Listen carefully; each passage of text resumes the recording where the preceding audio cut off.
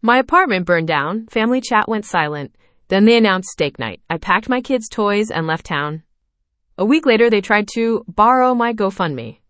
The night my apartment burned down, I learned how loudly a silence can ring. It was a Thursday at the end of February, one of those brittle cold nights when the air in the hallway felt like a hospital waiting room, too bright, too clean, and made of recycled air. I'd come home from a late shift with my 4-year-old Mia, already asleep in her car seat. Her stuffed bear, Mr. Cloud, hung by an ear from her fist, the way he always did when she'd fallen asleep mid-story. I carried her up the stairs, 2 flights that creaked under every footstep, the way they had since we moved into that tired building last summer. I remember thinking I should ask the landlord, again, about the outlet near the kitchen that sparked when you looked at it funny. I remember thinking I'd ask him tomorrow because my eyes were sand and my spine was a question mark. I remember the calm before the stupid, simple, everyday variables combine into a catastrophe you'll replay in your head like a security cam loop. I put Mia down.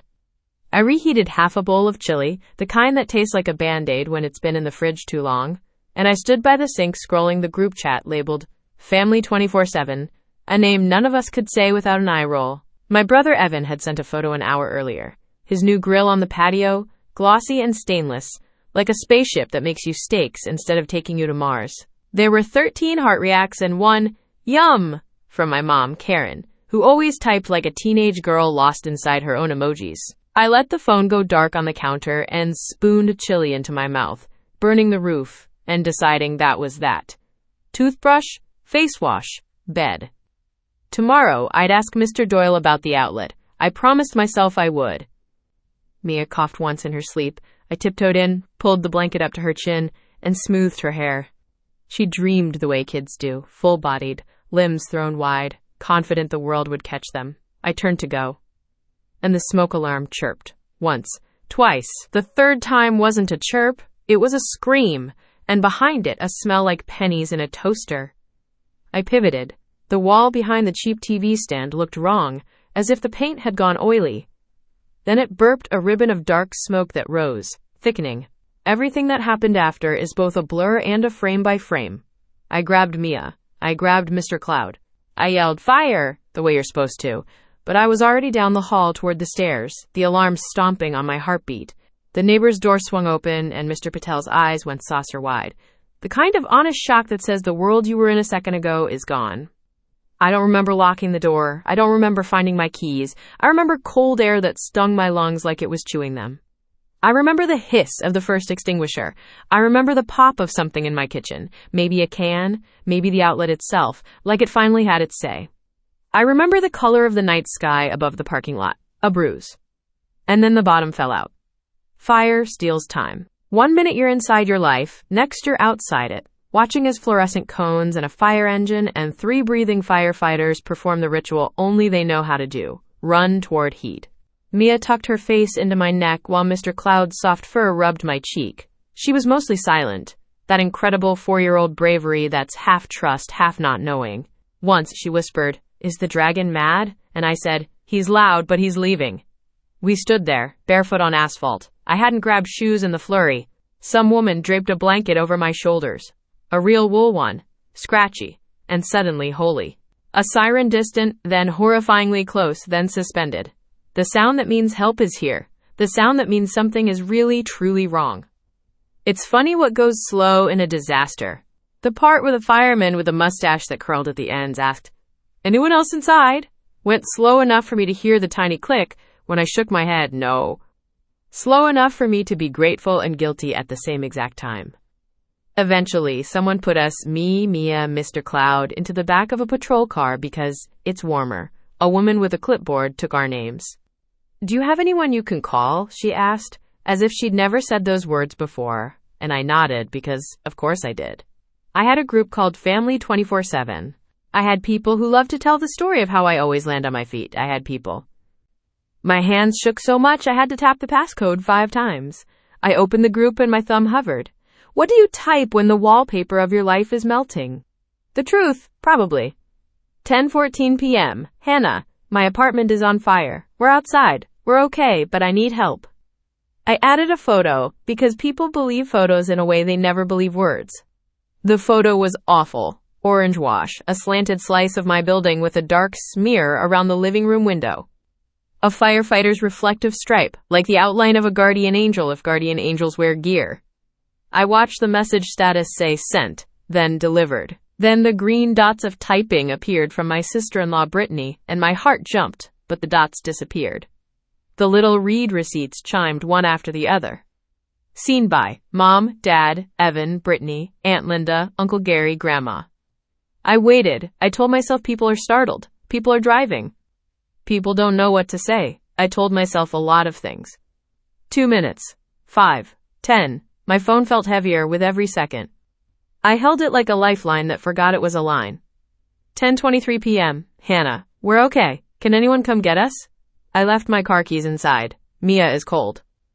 The bubble popped, blue against blue. Delivered. Read. I watched my own reflection in the blank screen when it dimmed. A ghost.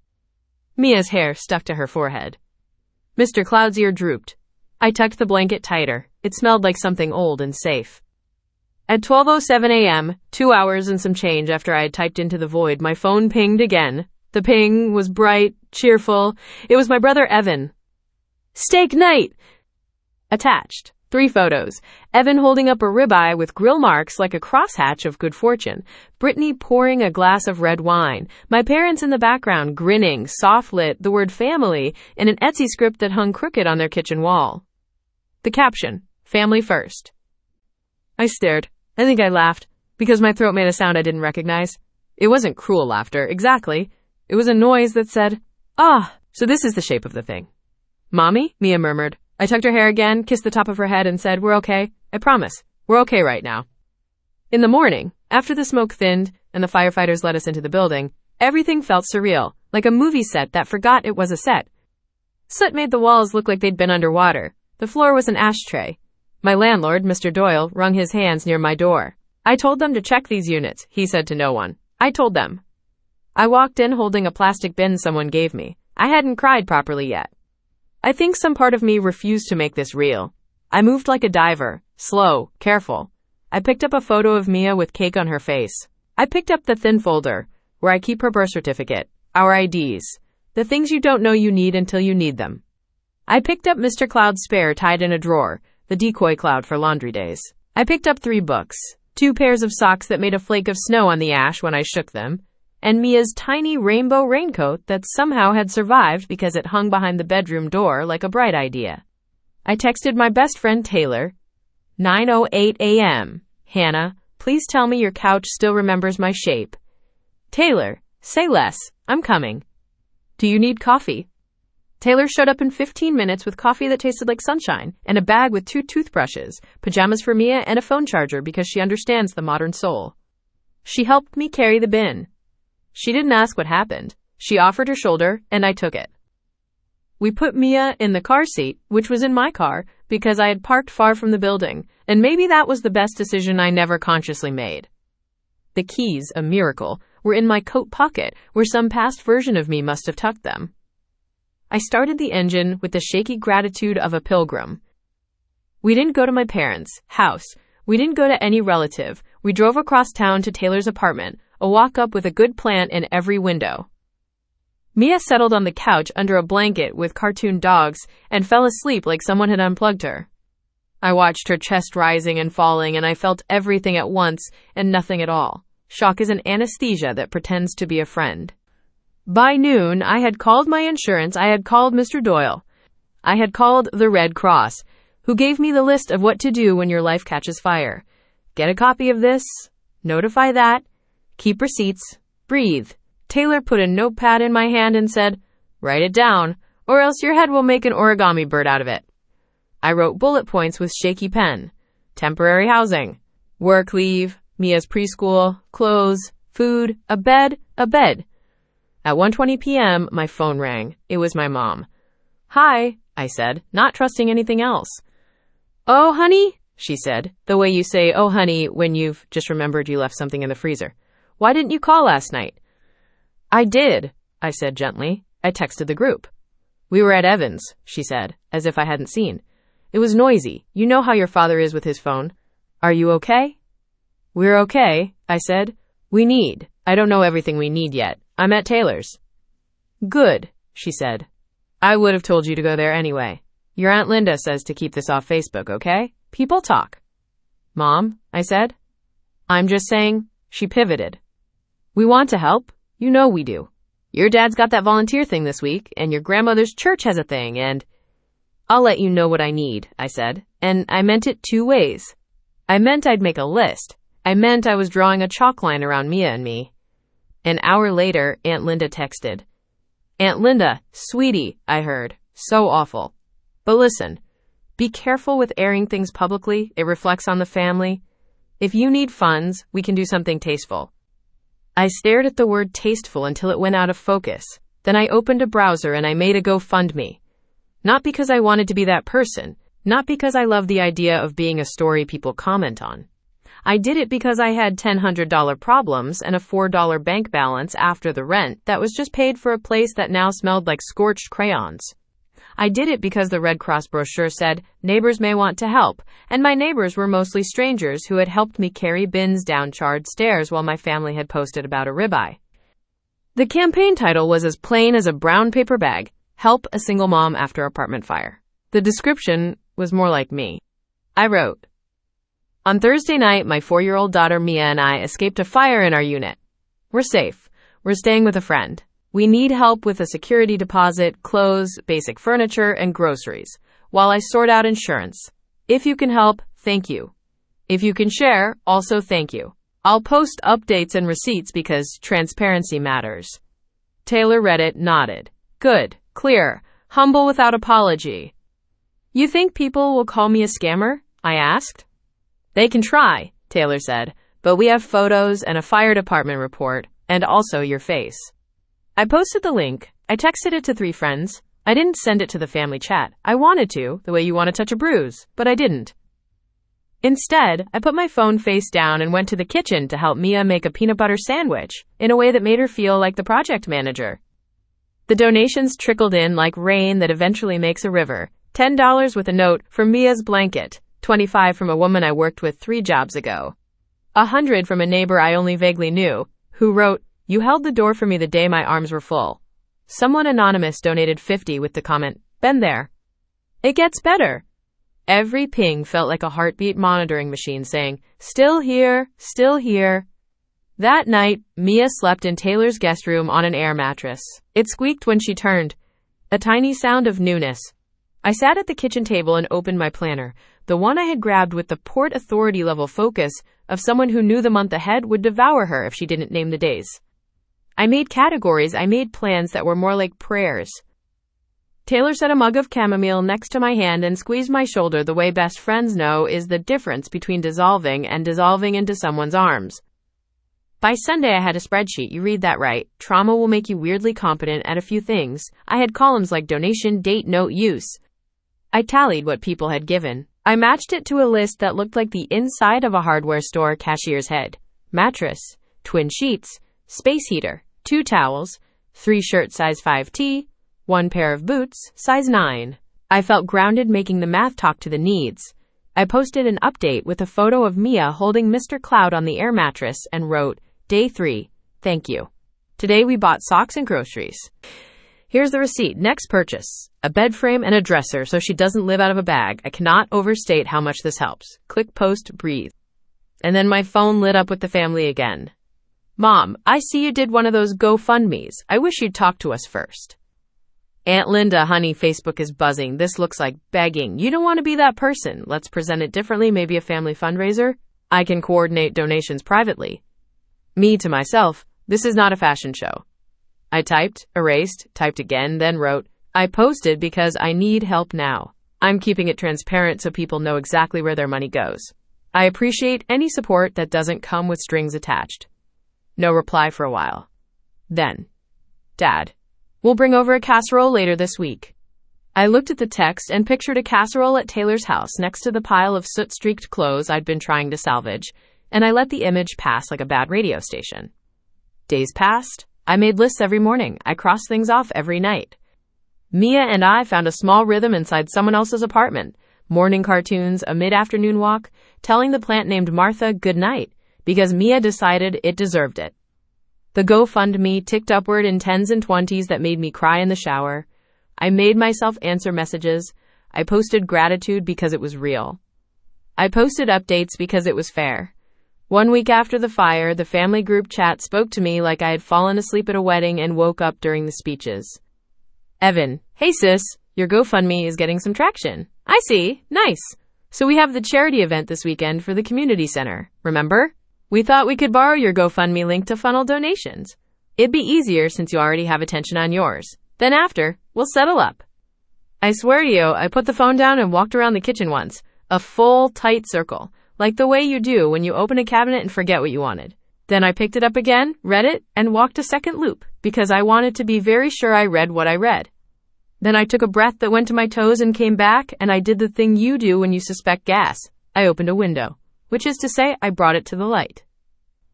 Me in Family 24/7, clarifying, are you asking to use my fundraiser, the one for Mia and me, for your event?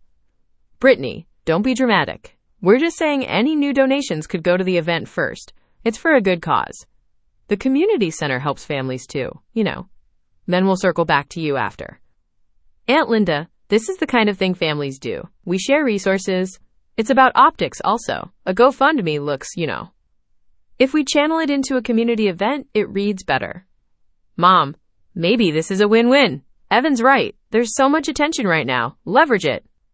I stared at the text bubbles and I thought about the word leverage, how it turns something meant to help you stand up into a bar used to pry something away. My palms were damp. My jaw hummed. Taylor, across the table, raised her eyebrows like, want me to hold your earrings?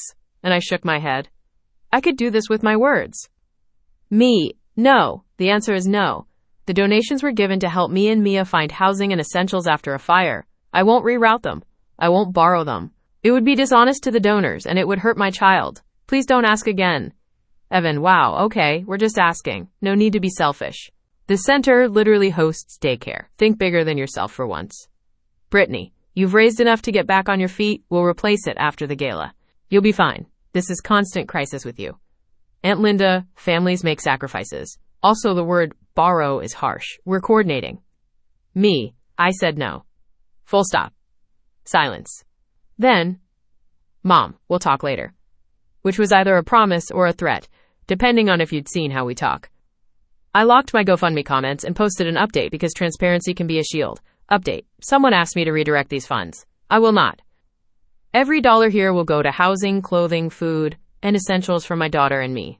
I'll continue to post receipts and updates because that's what you deserve if you've donated. Thank you for helping us directly. We are moving forward. I updated the spreadsheet. I scheduled 2 apartment viewings in cheaper towns within a 30-minute radius because fire makes you flexible in ways you wouldn't have chosen. I called Mia's preschool to ask about transferring temporarily. I took photos of the 3 receipts in my pocket from Target, where I had bought toilet paper, paper towels, and the one pink cup Mia had chosen with such solemnity you'd think it had a jewel in it. When my mother called that night, her voice was a careful instrument. Honey, she began. You made everyone look stupid online. I posted an update, I said. I didn't name anyone.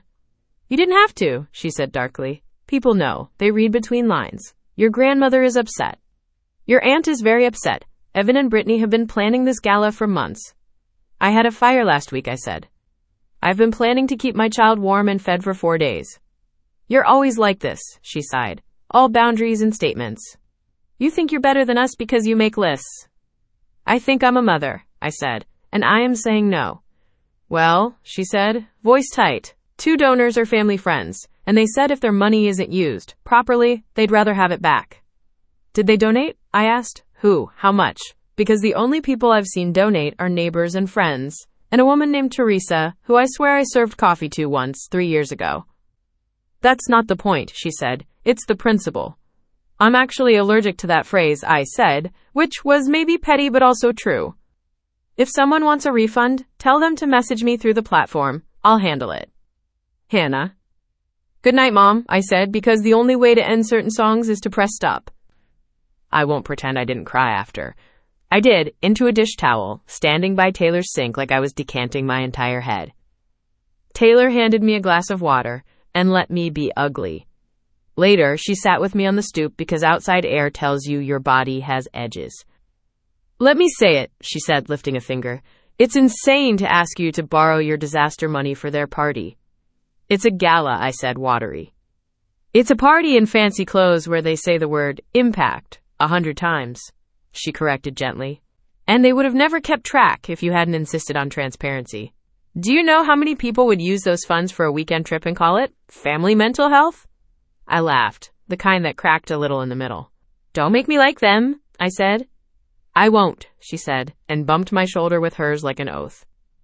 The next day, I took Mia to see a small apartment with carpets that had lived a life but a kitchen that made me want to cook, the messy kind of cook where you fling flour and call it art. The landlord, a woman named Rita with kind eyes, looked at Mia the way people look at children when they remember being one. It was a month-to-month lease. The numbers lined up like an equation solved. I held a pen over the application like it was a wand that might make something good happen. I used my spreadsheet to pay a deposit. I cried in the car in a way that startled Mia, and then we laughed, because sometimes crying and laughing are cousins in the same sweater. I brought a twin mattress into that little place and put it on the floor. I promised Mia we'd build a bed frame together like a fort. We bought a thrift store dresser and sprays of disinfectant that made our eyes water. We bought a secondhand rug that looked like it had held 100 toddler tea parties. We bought one bright blue lamp, because you have to choose some things purely because they make your heart flip. The GoFundMe paid for those things. Regular magic, not the stage kind. Meanwhile, the family spun in their own orbit. There were texts from Aunt Linda with links to long articles about family values that I didn't click. There were cool silences from my parents, punctuated by questions asked like cross-examinations. There was a message from Brittany that said, "I hope you're happy you threw a wrench into something that was meant to help many." There were also 2 messages from numbers I didn't know. "Your aunt shared your story," and I braced, but then read, "Don't listen to anyone trying to make you feel bad. Protect your kid." I screenshotted those and put them in the folder labeled, "Just in case you forget." When I posted the photo of Mia in her new room, bare walls, 1 mattress, Mr. Cloud under her arm like a small storm cleared, people wrote things like, "Safe trumps fancy every time." I included the receipt for the mattress and the deposit, and a breakdown like I was filing a report, because I wanted those strangers to know their money had legs and those legs were ours. A week after the ask to borrow the GoFundMe, being an open book had its usefulness in more ways than one. A caseworker from a local nonprofit reached out and asked if I wanted to apply for a small grant for families displaced by fires. "We're small," she said, "but we can cover 1 month's rent to give you space." I filled the form. It wasn't a miracle. It was a hand. That's what I needed. Hands, not miracles. And in the middle of all that, I learned that boundaries can be both fence and bridge. When you say no and you don't apologize, some people decide you have declared war. But some people see it and think, maybe I can say no too, to something smaller but still heavy. I started getting DMs from women who were like, "My mom also cares more about optics than honesty. And my cousins did the exact same when my roof caved in, and I didn't make a GoFundMe because of shame. You helped me see it differently." I didn't know I would become an accidental mouthpiece. I didn't know that telling the truth out loud would make me a village belle. But I did know I wasn't going to let my daughter watch me barter her bed for a night of good optics. There was fallout. There always is. My mother posted a vague Facebook status about the erosion of respect within families, accompanied by a stock photo of autumn leaves. Aunt Linda called my grandmother and told her I was rude online. Brittany DM'd Taylor, which was a choice, to tell her she was enabling. Taylor replied with a gif of a raccoon washing cotton candy, and it was, frankly, art. There were also unexpected moments where the narrative cracked and light came through. My dad, who rarely said anything without a screwdriver in his hand, texted a single line the night before the gala. "Is Mia warm?" I typed back, "Yes," and he wrote, "Good," and that was that. But it felt like a brick placed inside a wall I had assumed was only air. On the day of the gala, I saw photos online. Brittany in a red dress, Evan in a tux, a balloon arch, a sign that said "Community Strong." People I vaguely knew tagged themselves next to a silent auction item. A weekend at a lake house. It looked nice. I put my phone down and built a bed frame with an Allen wrench that bit my palm. Mia held the screws like she was guarding diamonds. "Teamwork," she announced, tapping each screw into my hand like she was knighting me. That night, our first night in the new place, Mia slept in a real bed. She looked absurdly small against the pillow. The blue lamp made the room feel like a planet we had custom ordered. Warm core, soft glow. I lay on the floor because my own bed would come later. I listened to our new neighbors above move around, and I smiled at the fact of them, their mystery and warmth. "Mom," Mia whispered into the dark. "Yeah? Is the dragon gone?" "He's gone," I said. "He's out there somewhere scaring his own friends." She giggled, then went quiet. "We're safe?" "We're safe," I said, and felt it land. In the morning, I made pancakes in a pan that belonged to Taylor's grandmother because Taylor had pressed the handle into my hand and said, "Borrow it like it's yours, forever if you need." We ate at the little thrifted table. We drew a house for Mr. Cloud out of a cardboard box. We waved at the neighbor's dog out the window, and then we waved at the neighbor because waving is contagious. The gala came and went. 2 days later, Aunt Linda called to say they, quote, didn't quite hit their goal, which was a way to ask again for what I had. "We can revisit the idea," she said. "You can afford to be generous now that you're settled." "Linda," I said, "I am not a lending library for money people gave me in trust. I am not going to justify my child's bed frame versus your balloon arch. Please stop asking." She clucked her tongue like a metronome for disapproval. "You've changed," she said. "No," I said.